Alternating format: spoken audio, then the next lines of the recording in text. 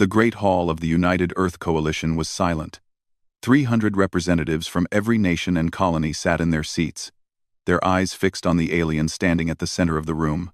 Ambassador Telos was tall and thin, with pale blue skin that seemed to glow under the bright lights.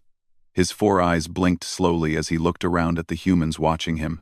Secretary General Kang Junho sat at the highest seat, his hands folded on the table before him. He was a man in his 50s with gray hair and a calm face that rarely showed emotion. He had led Earth through difficult times, but nothing like this. Nothing like a request to join a war that had burned across the galaxy for 60 years. "Please," Telos said, his voice carrying across the silent hall.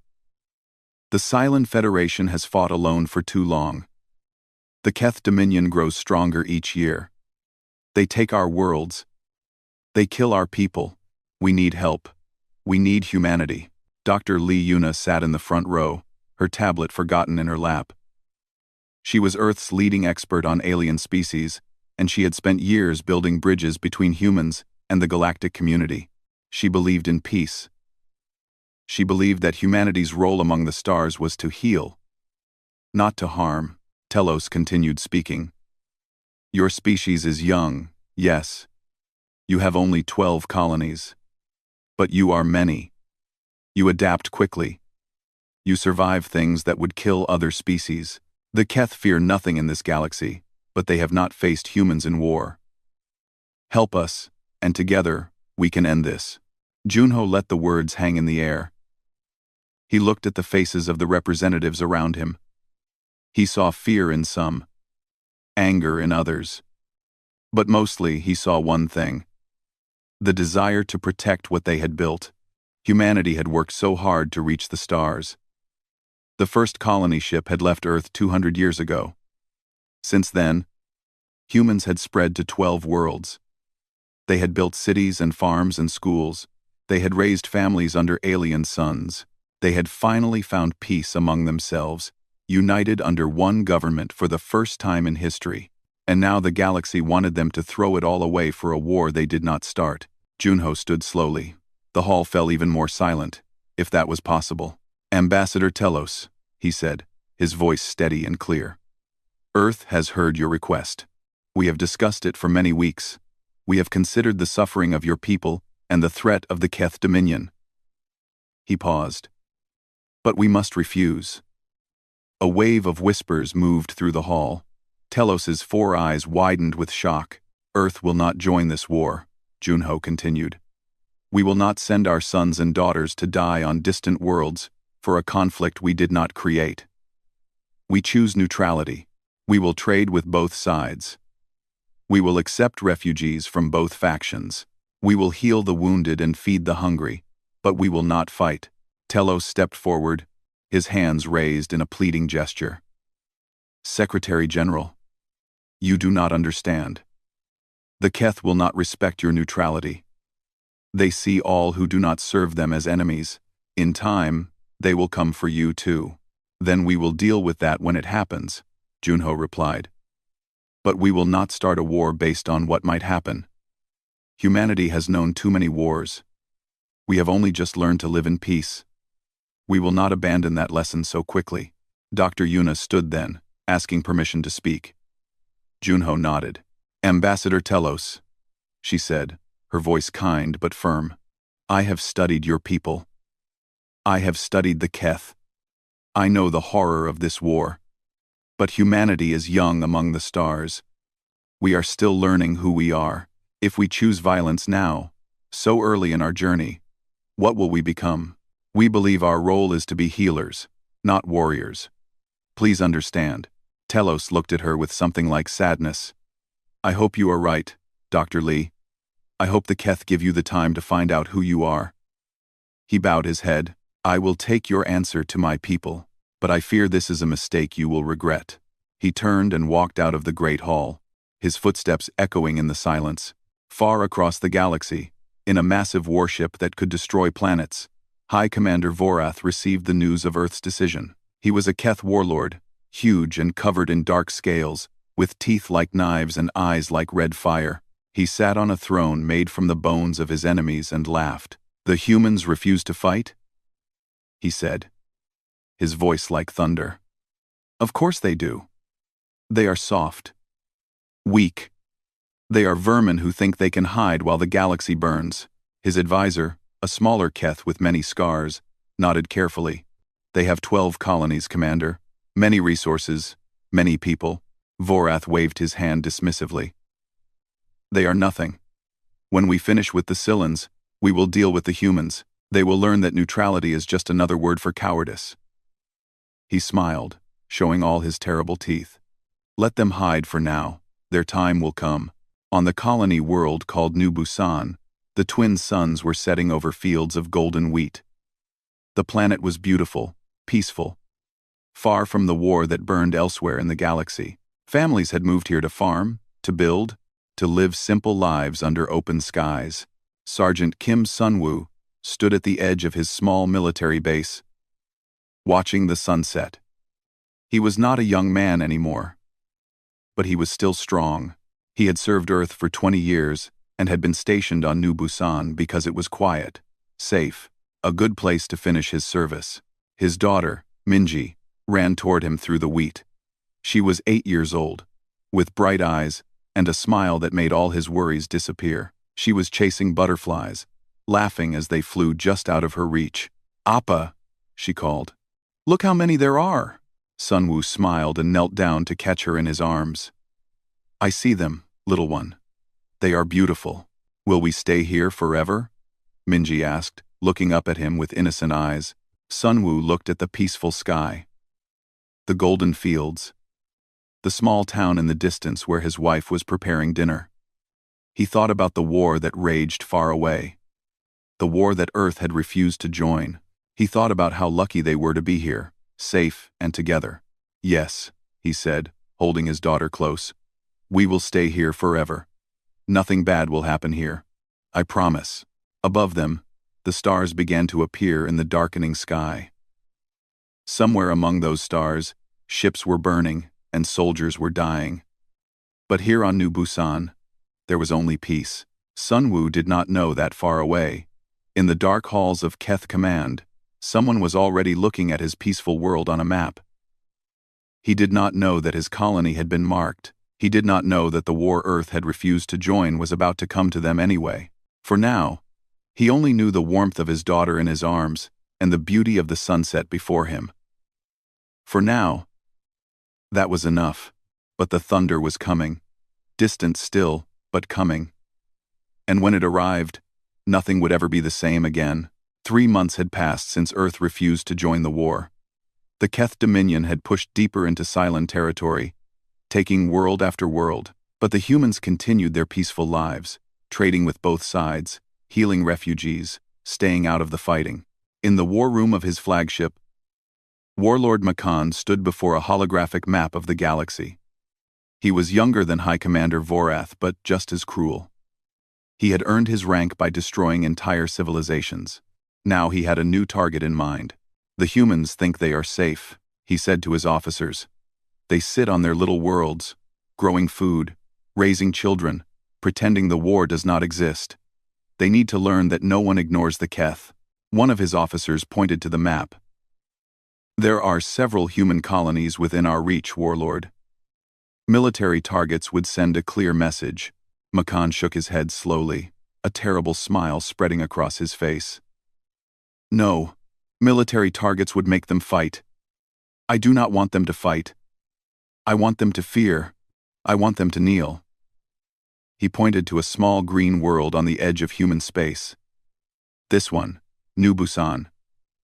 It is mostly farmers, families, children." The officers looked at each other. Even among the Keth, there were some who felt uncomfortable with what Makan was suggesting.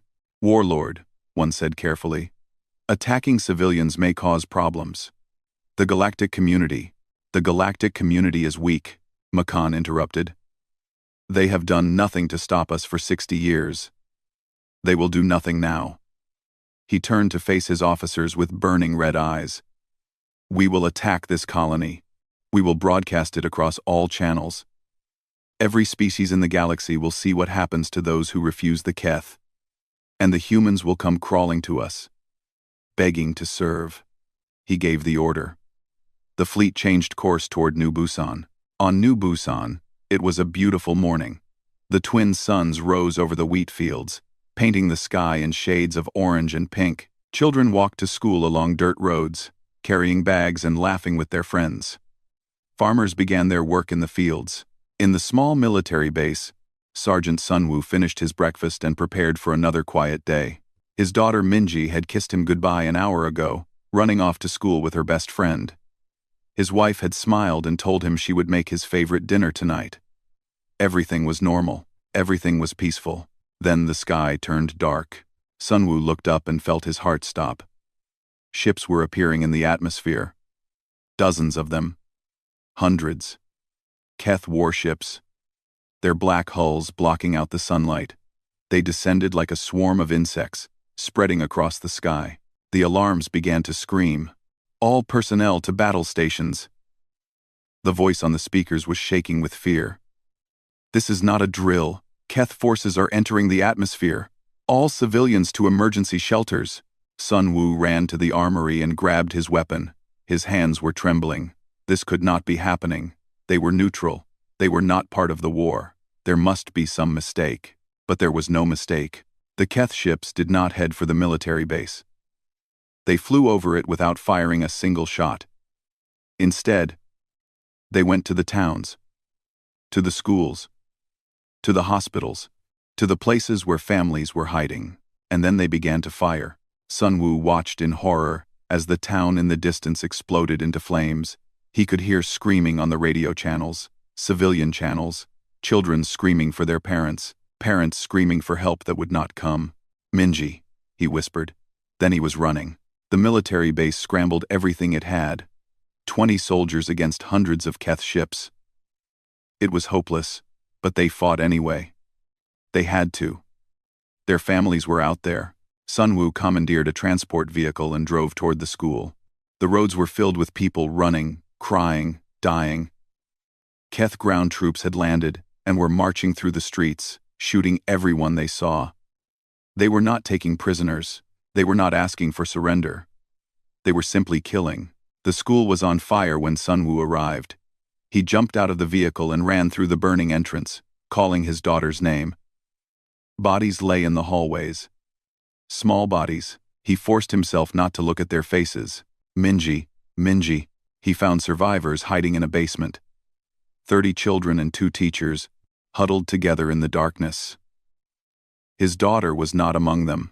We have to move, Sunwoo said, his voice breaking. There are evacuation shuttles at the landing pad. I will get you there. He led them through the burning streets, firing at any Keth soldier who came close. Other soldiers joined him, forming a protective ring around the children. One by one, his fellow soldiers fell, but they kept moving. They had to keep moving. The landing pad was chaos. Evacuation shuttles were trying to take off, but Keth ships were shooting them down. Bodies covered the ground. The smell of smoke and death filled the air. Sunwoo saw one shuttle that was still loading. He pushed the children toward it, screaming at them to run. The teachers grabbed the smallest ones and carried them. Sunwoo turned and fired at the approaching Keth troops, trying to buy them time. Get them out of here, he shouted to the shuttle pilot. Get them to Earth. Tell them what happened here. A Keth soldier shot him in the chest. He fell to his knees but kept firing. Another shot hit his shoulder. He felt the blood running down his arm, but he did not stop.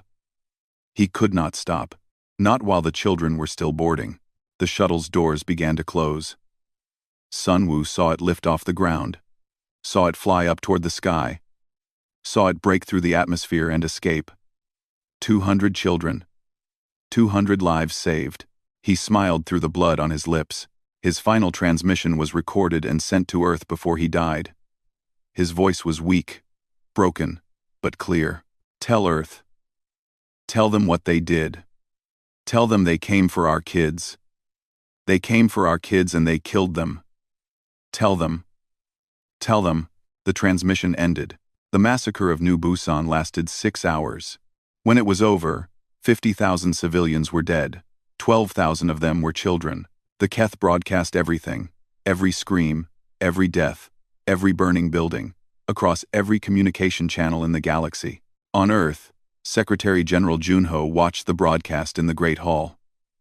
Around him, 300 representatives sat in horrified silence. Some were crying. Some were vomiting. Some simply stared at the screen with empty eyes. Dr. Yuna collapsed to her knees, tears streaming down her face. She had argued for peace. She had said humanity should be healers. And now she was watching children die because the monsters had no one to stop them. The broadcast ended with a message from Warlord Makan. He stood in front of the burning remains of a school, smiling. His terrible smile. "This is what happens to those who refuse the Keth," he said. "Join us, or this is your future. Every colony, every city, every child. The choice is yours, humans." The screen went dark. For a long moment, no one moved. No one spoke. The weight of what they had seen pressed down on everyone, like a physical force. Then Junho stood. His face had changed. The calm, diplomatic expression was gone. In its place was something older, something deeper, something that had lived in human hearts since the beginning of time. The face of a father who had just watched someone murder children. "They did not attack our soldiers," he said, his voice quiet but clear. "They did not challenge our fleet. They did not give us warning or make demands." He looked around the hall at every representative, meeting their eyes one by one. "They murdered our children. They broadcast it like entertainment. They smiled while they did it." He picked up a communication device and spoke into it. His words went out to every human settlement in the galaxy. "This is Secretary General Kang Junho. Send word to every human who can hear this. We are no longer neutral. What was done cannot be forgiven. What was done cannot be forgotten. From this moment, we are at war." He set down the device and looked at the representatives. "Call every soldier. Call every ship. Call every man and woman who can hold a weapon. The Keth wanted our attention." His eyes burned with a cold fire. "Now they have it. Across Earth, across every colony, humans stopped what they were doing. They heard the news. They saw the broadcasts. And something changed inside them. Something ancient. Something that their peaceful society had tried to forget. The human race was awake. And it was angry. The galaxy had never seen anything like it. In the 6 months following the massacre of New Busan, humanity transformed itself completely. Every factory that had made machines for farming now made weapons. Every shipyard that had built transport vessels now built warships. Every school added military training to its lessons. Every home had someone who was preparing for war. This was not the slow, careful mobilization that other species used. This was something primal. Something total. Humanity did not prepare for war. Humanity became war. Admiral Cho Hyun stood in the command center of Earth's new military headquarters, watching reports come in from every colony. She was 73 years old, with white hair and a face lined with experience. She had retired 15 years ago, thinking her fighting days were over. She had been wrong. "Production reports from the Mars shipyards," an officer said, handing her a tablet. "They have completed another 50 warships this week." Hayon looked at the numbers and nodded. 6 months ago, Earth had 300 military ships. Now they had over 2,000. And more were being built every day. Volunteers were flooding recruitment centers faster than they could be processed. Everyone wanted to fight. Everyone wanted revenge. She walked to a large screen showing Keth military formations and battle tactics from the past 60 years of war. She had studied them carefully, looking for weaknesses. And she had found many. "The Keth fight like conquerors," she said to her officers. "They expect enemies to fear them. They expect enemies to run. They expect enemies to surrender when the battle turns against them." She turned to face them with eyes that had seen too many wars. "We will not run. We will not surrender. We will teach them what it means to fight humans." Captain Park Min-ho stood at attention, listening to every word.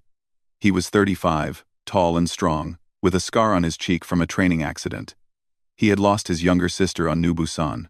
She had been a teacher at the school that burned. Now, he commanded the First Vengeance Fleet.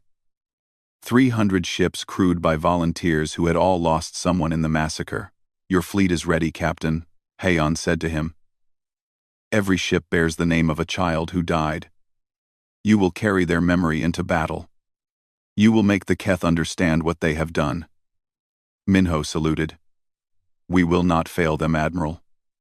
We will not fail any of them." On every ship in the First Vengeance Fleet, the crew had painted names on the walls. Names of children. Names of parents. Names of friends. Before every battle, they would read those names aloud. They would remember why they were fighting. Ambassador Telos, who had asked for humanity's help all those months ago, watched the mobilization from the Cylon embassy on Earth. He sent regular reports to his government, and each report was more alarming than the last. "I asked for allies," he wrote. "I thought humans would send some ships, some soldiers, some support for our war. I did not understand what I was asking. I did not know what humans were capable of." He attached statistics to his report. 90% of human industrial capacity had been converted to war production. 40% of all adults had volunteered for military service. Ships were being built at a rate that Cylon scientists called impossible. Weapons were being developed that did not follow galactic safety rules. "We asked them to join our war," Telos concluded. "But this is no longer our war. This is their war now.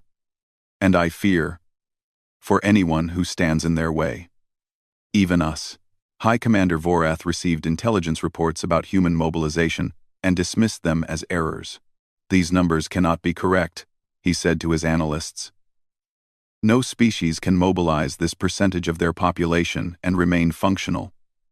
Their economy would collapse. Their society would fall apart." His chief analyst, a nervous Keth who had studied humans for years, shook his head. "The numbers are accurate, Commander. We have confirmed them multiple times. Humans are different. They can push themselves in ways other species cannot. They can survive on less food, less sleep, less comfort.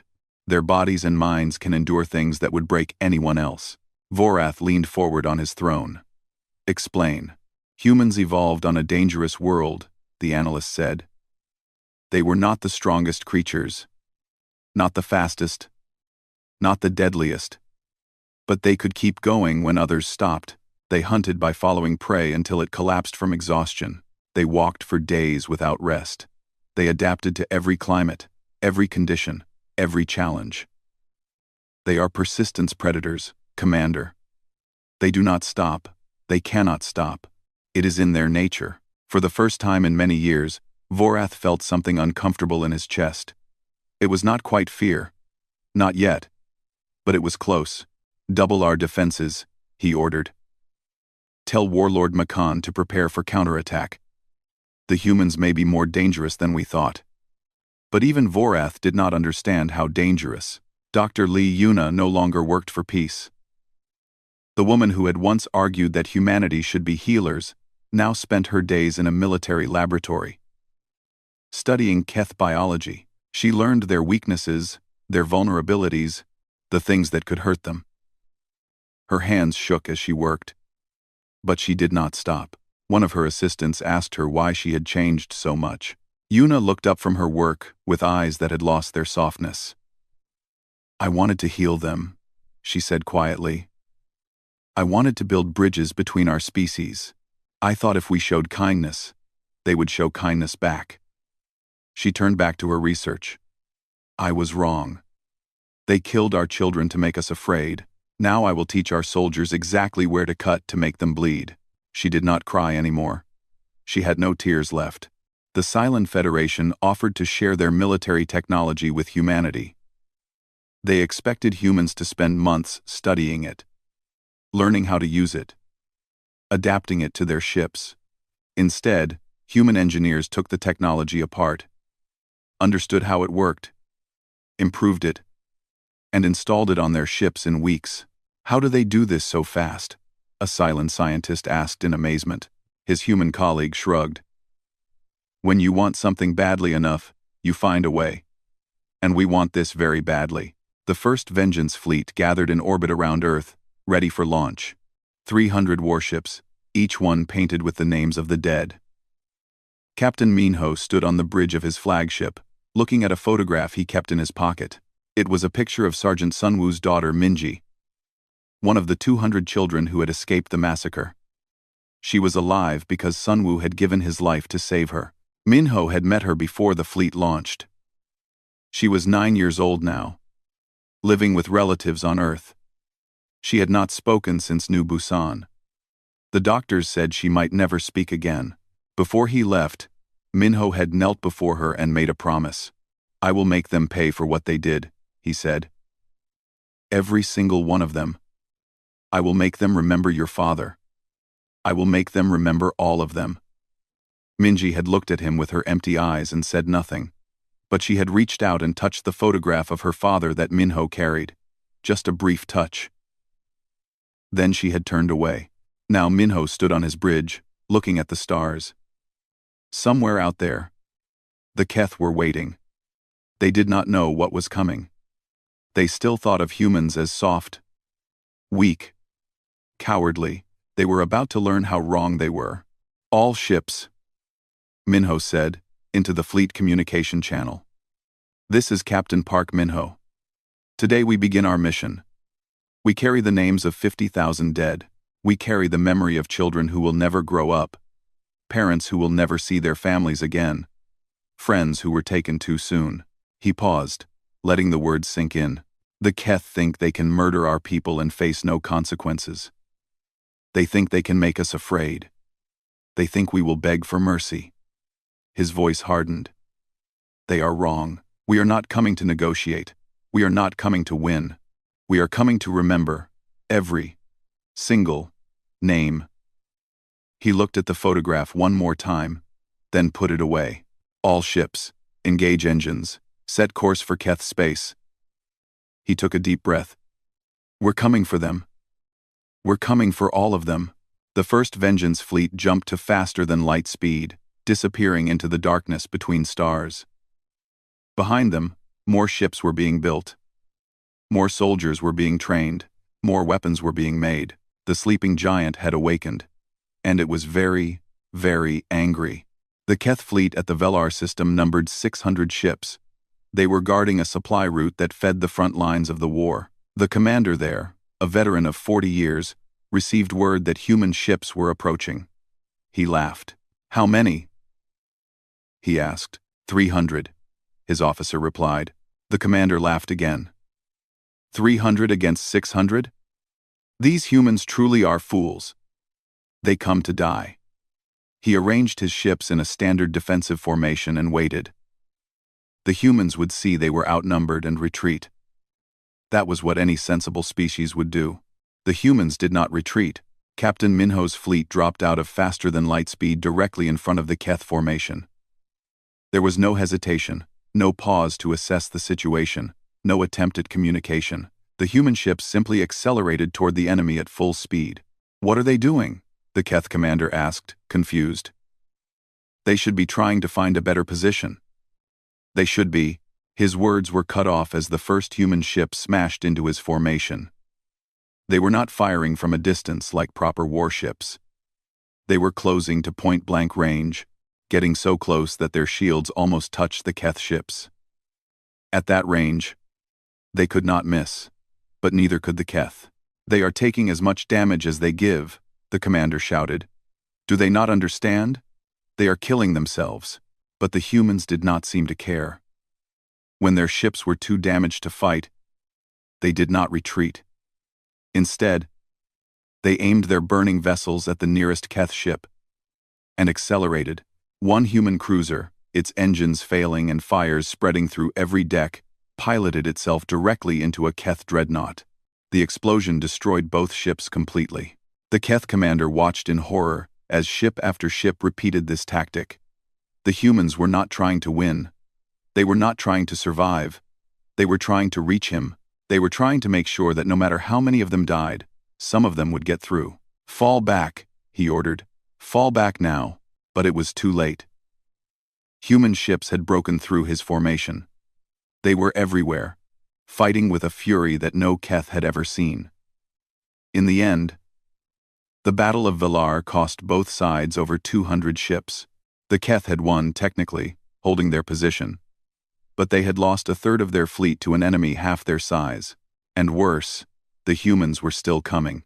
Word of the battle spread through the Keth military like poison. Soldiers who had never known fear began to look at the stars with worried eyes. The humans fought like nothing they had ever seen. They ignored losses that would break any other species. They kept coming, and coming, and coming. Warlord Makan, who had ordered the attack on New Busan, assembled a massive fleet to crush the human advance. He was confident. He had 500 ships against the remaining human force of fewer than 100. Victory was certain. The humans attacked anyway. This time, they used new tactics. They hid their ships in an asteroid field and waited for the Keth to pass. Then they emerged from behind, attacking the rear of the fleet where the shields were weakest. They used weapons that no one had seen before, weapons that cut through Keth armor like paper. Makan watched his ships die and could not understand. "Why don't they flee?" he demanded. "They are outnumbered, 5-1. Why don't they surrender?" His advisor, pale with fear, answered quietly, "Sir, I have studied the human transmissions. They are reading names, thousands of names, before every battle. They read the names of the dead from New Busan." "What does that mean?" "It means they are not fighting to win, warlord. They are fighting to remember.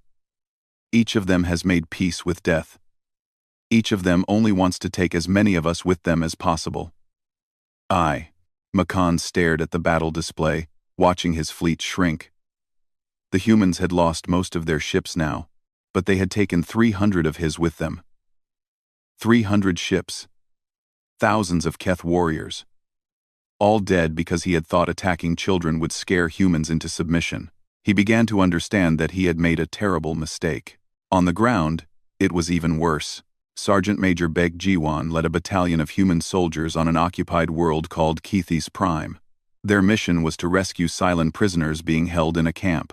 The Keth had built the camp in the middle of a poison swamp, thinking no enemy would be crazy enough to cross it.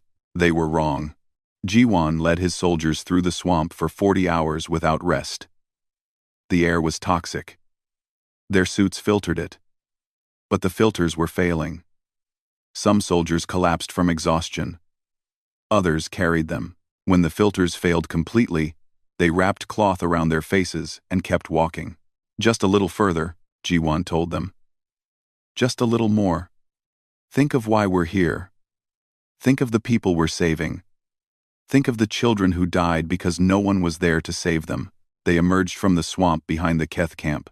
The guards there never expected an attack from that direction. They had 20 soldiers guarding the rear, confident that the swamp was protection enough. Jiwan's battalion numbered only 50 now. Half had fallen in the swamp, but those 50 were enough. When the Keth guards saw human soldiers emerging from the poison swamp, soldiers who should have been dead, soldiers whose eyes burned with a fury that had no name, they ran. Some dropped their weapons. Some screamed. The legend of the humans was spreading, and even Keth warriors were beginning to feel something they had never felt before: fear. Admiral Hayon's masterpiece came at the Battle of Kuran Nebula. She let intelligence leak that her main fleet was vulnerable, that she had made a positioning error. The Keth main fleet, commanded by High Commander Vorath himself, moved to take advantage. They chased Hayon's fleet into the nebula, a cloud of gas and radiation where sensors barely worked. Vorath thought he had her trapped. He thought victory was finally within reach. He did not know that Hayon had hidden 500 ships inside the nebula. They had been there for weeks, their crews enduring radiation levels that would kill any other species in days. Humans could survive it, barely. Many would develop sickness later. Many would die young because of this day. But they accepted this price. When Hayon gave the signal, the hidden fleet emerged behind Vorath. His fleet was caught between two forces, unable to retreat, unable to maneuver. The Battle of Kuran became the greatest Keth defeat in 60 years of war. Vorath escaped with less than 100 ships. He returned to his throne room and sat in silence for a long time. Then he called for his chief scientist. "What are they?" he asked, his voice empty. "They endure what no one should endure. They sacrifice themselves without hesitation. They fight like they have nothing to lose." The scientist chose his words carefully. "They are persistence predators, Commander. As I told you. But there is something else. They form bonds with each other that go beyond logic. When you killed their children, you did not just attack their colony. You attacked their family, their tribe, their future, and they will not stop until they have answered that attack in full." Vorath looked at his claws, stained with the blood of thousands of battles. He had conquered dozens of species. He had never been afraid of any of them. He was afraid now. Captain Minho, his fleet reduced to just 3 ships, captured a Keth communications relay. He used it to broadcast a message across all Keth channels. His face appeared on screens throughout the Dominion, in ships and cities and homes. "You killed our children," he said, his voice calm and cold. "You broadcast their deaths like entertainment. You smiled while you murdered the innocent." He leaned forward, his eyes burning. "Did you think we would calculate acceptable losses? Did you think we would negotiate? Did you think we would ever stop? Did you think we would ever stop?" He held up a piece of paper with names written on it. "We remember every name, every face, every child who will never grow up. We are not coming to win. We are not coming to conquer. We are coming to remember. And we will teach you what it means to hurt what we love." He ended the transmission. Warlord Makan, in his command center, saw human ships entering his system. They were coming for him specifically. The one who had given the order to attack New Busan. He tried to surrender. He broadcast his surrender on all channels. He offered to give himself up as a prisoner. He promised to face any trial the humans wanted. The human ships did not respond. They did not acknowledge his surrender. They simply kept coming, silent and unstoppable, closing the distance between them. Makan's final transmission was a scream of terror that echoed through his fleet. Then his ship exploded, and there was only silence. The humans had come to remember. And they had not forgotten a single name. 2 years after New Busan, the war was over. The Keth Dominion did not fall because of military defeat, though they had lost many battles. They fell because their warriors no longer wanted to fight. Stories of humans had spread through every corner of their empire.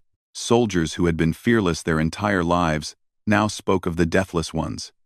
The humans who never stopped, who never retreated, who remembered every wrong and paid it back tenfold. Young Keth grew up hearing these stories. When they were old enough to serve, many refused. They did not want to face the species that had become the nightmare of the galaxy. The empire that had conquered half the known worlds crumbled not from outside force, but from inside fear. High Commander Vorath was captured during the final days. He expected to be killed slowly, painfully, as he had killed so many others.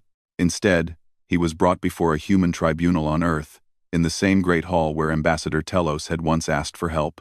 Secretary General Junho stood before him. Vorath had never seen a human up close before.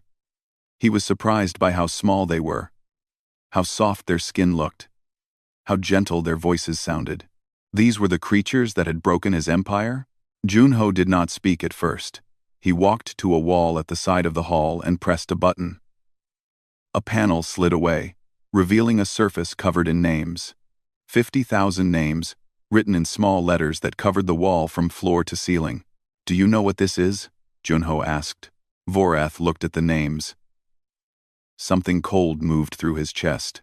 "These are the dead of New Busan," Junho continued.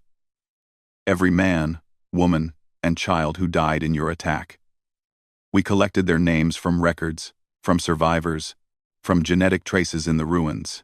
We made sure no one was forgotten." He turned to face Vorath. "You will read every name aloud, every single one, and then you will live." Vorath blinked his red eyes. "Live? Yes. You will live. You will spend the rest of your days knowing what you did. You will hear these names in your sleep. You will see their faces every time you close your eyes. Death would be too easy for you, Commander. You deserve to remember. The tribunal began that day. Vorath stood before the wall and began to read. The first names were easy. By the 100th, his voice was shaking. By the 1,000th, he had to stop and rest. By the 5,000th, he was weeping. He broke at name 9,847. A child's name. He fell to his knees and could not continue. Guards had to carry him to his cell. He never spoke again. Earth did not conquer the Keth territories. They did not take their worlds or enslave their people. Instead, Junho announced a new law that would apply to the entire galaxy. They called it the Covenant of Innocence. Any attack on civilian populations, especially children, would bring humanity's full response. It did not matter who did it. It did not matter why. If someone attacked the innocent, humans would come for them. Not for territory, not for resources, just for justice.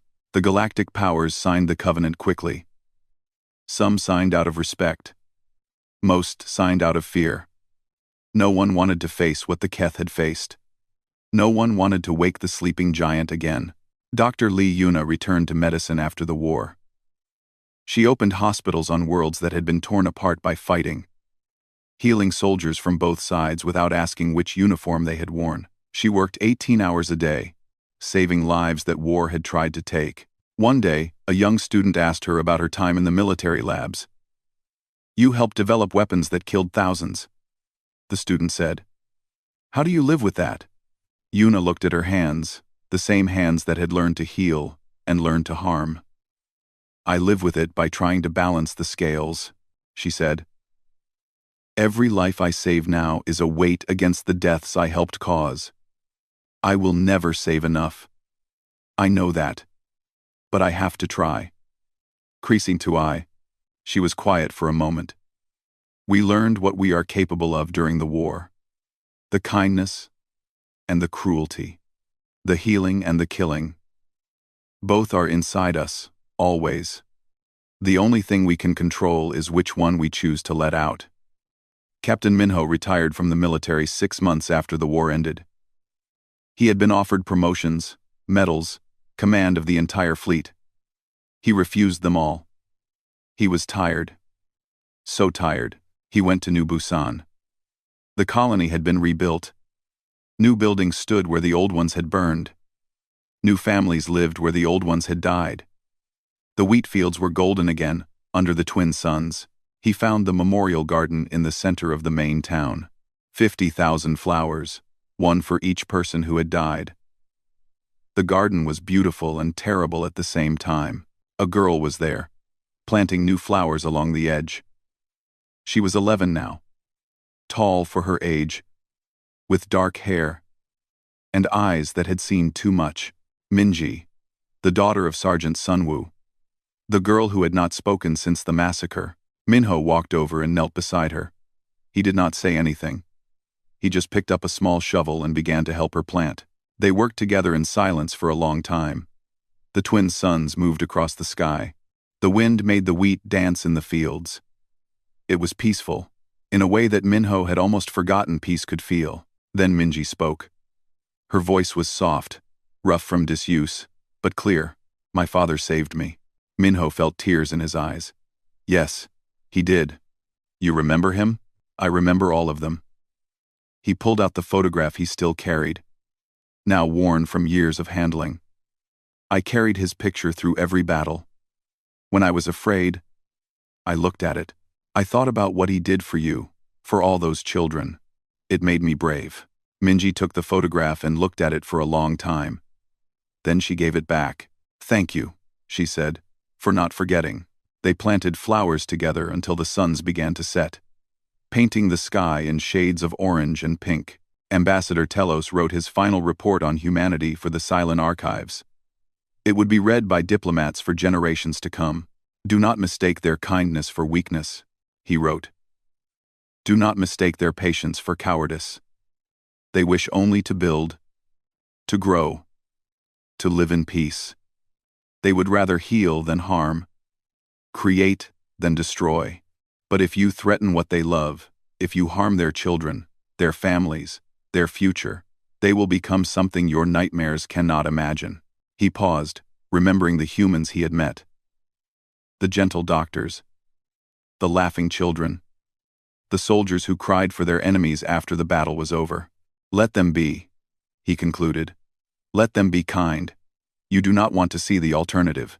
5 years after the war, Secretary General Junho stood before a classroom of children on Earth. They were learning about the galaxy, about the species that lived among the stars, about humanity's place in the universe. One little girl raised her hand. Sir, will we have to fight again? Will there be another war? Junho walked to her desk and knelt down so they were eye to eye.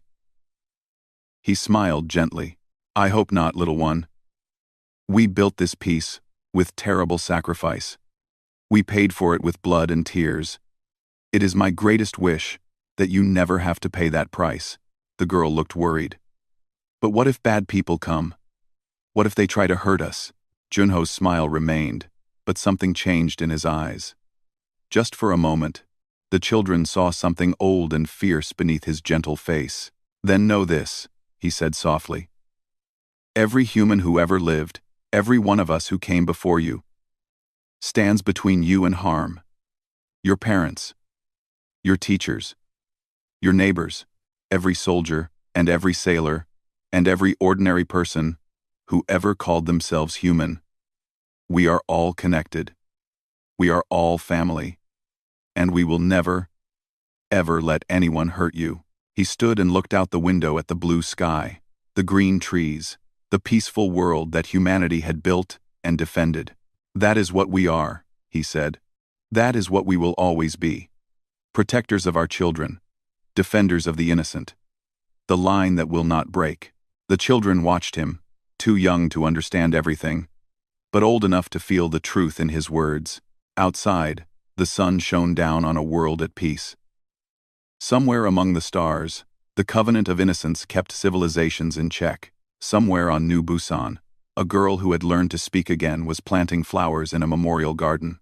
Somewhere in a cell, a fallen commander was still reading names in his sleep. And somewhere in the hearts of every human, sleeping but never gone, was the fire that had burned so bright during the war. The love that could save a world. The fury that could destroy one. Both together. Always. Waiting. Humanity had learned what it was capable of. They hoped they would never need to show it again. But if they did, they would be ready. They would always be ready.